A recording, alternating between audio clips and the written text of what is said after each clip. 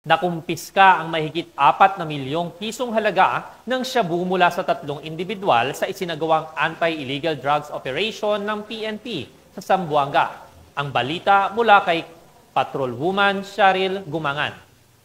Nasabat ang tinatayang 4.4 milyong halaga ng shabu at arestado naman ang 3 lalaki sa isinagawang operasyon sa Purok Tubigan Barangay Veterans Village, Ipil, Zamboanga, Sibugay, nito lamang Setyembre 2024. Kinilala ang mga sospek na si alias Al, 24 anyos alias Ron at 35 anyos na may asawa at residente ng Tiktapul, Zamboanga City at si alias Mar, 24 anyos walang asawa residente ng Barangay Kuruan, Zamboanga City. Ayon sa otoridad, ikinasa ang bypass operation ng PIDEA Zamboanga Sibugay Provincial Office, katuwang ang Ipil Municipal Police Station, 9th 3rd Mobile Company RMFB9 at 2nd Provincial Mobile Force Company na nagresulta sa pagkakaaresto sa mga sospek at pagkakakumpiska sa 13 pakete ng heat-sealed transparent sachet na pinaghinalaang shabu na may timbang na 650 gramo na tinatayang nagkakahalaga ng 4.420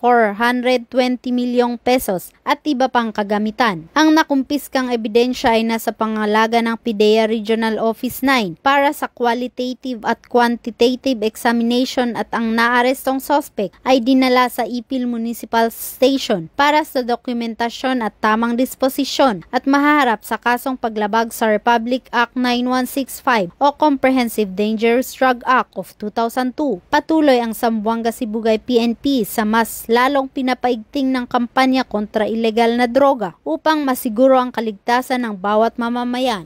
Mula dito sa Zamboanga Peninsula, ako ang iyong PNN correspondent, Patrolwoman Charlene Rose Gumangan, alagad ng batas, tagataguyod ng balitang pulis.